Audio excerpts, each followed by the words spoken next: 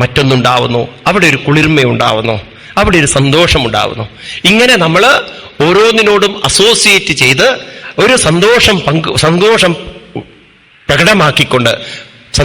പ്രകടമാക്കിക്കൊണ്ട് ജീവിക്കാൻ തുടങ്ങിക്കഴിഞ്ഞാൽ അവിടെ ഒരു പോസിറ്റീവ് വൈബ്രേഷൻ ഉണ്ടാവും. മറ്റൊരാളിൽ നിന്ന് പ്രതീക്ഷിച്ചുകൊണ്ടല്ല,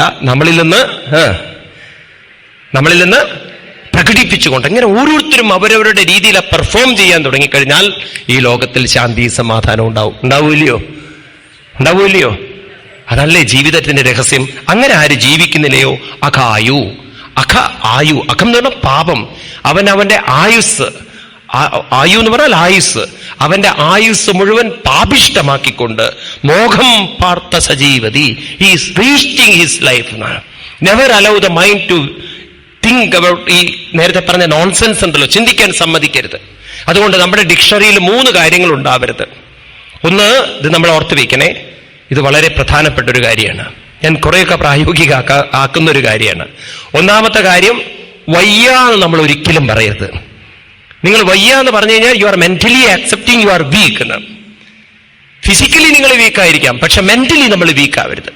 കാരണം the mind is not united with a weak body, the mind is united with a strong god എന്ന്. അത് നമ്മൾ ഓർത്ത് വയ്ക്കണം. ഭീഷ്മാചാര്യരൊക്കെ കണ്ടു പഠിക്കണം നമ്മൾ. അപ്പൊ വയ്യ നമ്മുടെ ഡിക്ഷണറിയിൽ ഒരിക്കലും പറയാൻ സമ്മതിക്കരുത്. ഏത് മരണസമയത്ത് പോലും പറയണം, എനിക്ക് ഈശ്വരനെ സ്മരിക്കാൻ സാധിക്കും, എനിക്ക് പറ്റും. അങ്ങനെയായിരിക്കണം നമ്മുടെ മനസ്സ്. ഒന്ന്, വയ്യാന്ന് പറയരുത്. 2, ഇല്ല എന്ന് പറയരുത്. എന്തുണ്ടോ ഉള്ളതിനെ നമ്മൾ പങ്കുവെക്കാൻ നമ്മൾ പഠിച്ചിരിക്കണം. നമുക്ക് ഭാഗവതത്തിൽ രന്തിദേവന്റെ കഥ കാണാം. കഴിക്കാൻ വെച്ചിരിക്കുന്ന ഒരു റൊട്ടി പോലും എടുത്ത് പങ്കുവെക്കുന്ന ഒരു മഹാൻ. ഭാഗവതത്തിലെ 9ാമത്തെ സ്കന്ധത്തിൽ ആ കഥ വരും, രന്തിദേവന്റെ കഥ. അദ്ദേഹത്തിനെ പരീക്ഷിക്കാൻ വേണ്ടി വരികയാണ്. എന്നിട്ടും അദ്ദേഹം തോറ്റുകൊടുത്തില്ലേ, അദ്ദേഹം പങ്കുവെച്ചു എന്നാണ്. അങ്ങനെ നമുക്ക് പങ്കുവെക്കാനുള്ളൊരു മനസ്സുണ്ടാവുക. നമ്മൾ പങ്കുവെക്കും. ആർക്കെന്നറിയോ? പലർക്കും ഒരു സ്വഭാവമുണ്ട്, അവരവരുടെ ആളാണെങ്കിൽ പങ്കുവെക്കും. ഞാൻ പലപ്പോഴും സപ്താഹങ്ങളിലൊക്കെ കാണാറുണ്ട്.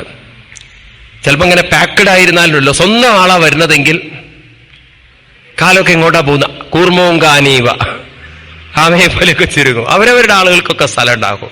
വേറെ വല്ലവരാ വന്നതെങ്കിൽ കാലൊക്കെ എങ്ങനെയാ പോകുന്നത് അറിയില്ല. ടിവിയുടെ ആന്റിന പോലെയാണ്, രണ്ട് ഭാഗത്തേക്ക് പോയി. അപ്പോൾ ഈ അഡ്ജസ്റ്റ്മെന്റ് ഒക്കെ പോയി. ഇതൊക്കെയാണ് നമ്മൾക്കുള്ള കുഴപ്പങ്ങളൊക്കെ. വേണ്ടാത്തടത്തൊക്കെ അഡ്ജസ്റ്റ്മെന്റ് ഉണ്ട്. ഒരു കുട്ടി വീട്ടിൽ വന്നിട്ട് പറയണം, അച്ഛന്റെ മനസ്സുണ്ടല്ലോ, വലിയ മനസ്സ് തന്നെയാണ്. അതെന്താടാ? ഇന്ന് ഞാനും അച്ഛനും ട്രെയിനിൽ പോകുന്ന സമയത്തൊരു അമ്മ വന്നു, മുത്തശ്ശി അമ്മ വന്നു. അപ്പൊ ആ മുത്തശ്ശി